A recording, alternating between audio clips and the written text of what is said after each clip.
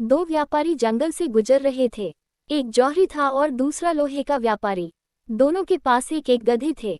जौहरी के गधे की पीठ रेशम के कपड़े से ढकी थी और वह कीमती स्वर्ण आभूषणों और हीरे जवाहरातों से भरे से 2 थैले अपनी पीठ पर लादे हुए था। वहीं लोहे के व्यापारी के गधे की पीठ पर साधारण कपड़ा था और वह लोहे की छड़ें अपनी पीठ पर लादे हुए था। जौहरी के गधे को इस बात का घमंड था कि वह स्वर्ण आभूषण और हीरे जवाहरात लाद कर ले जा रहा है।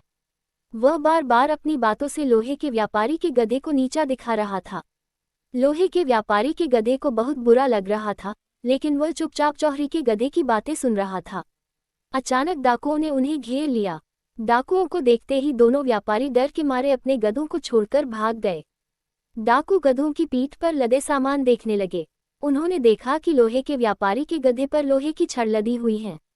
कीमती सामान न देखकर उन्होंने उसे भगा दिया। जौहरी के गधे की पीठ पर कीमती सामान था। उन्होंने उसे पकड़ लिया और उसकी पीठ से कीमती सामान निकालने लगे।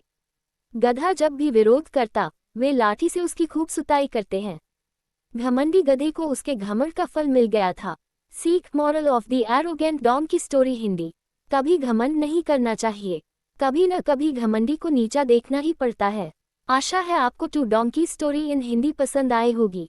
ऐसी ही हिंदी मॉरल स्टोरीज पढ़ने के लिए हमें सब्सक्राइब अवश्य करें। धन्यवाद।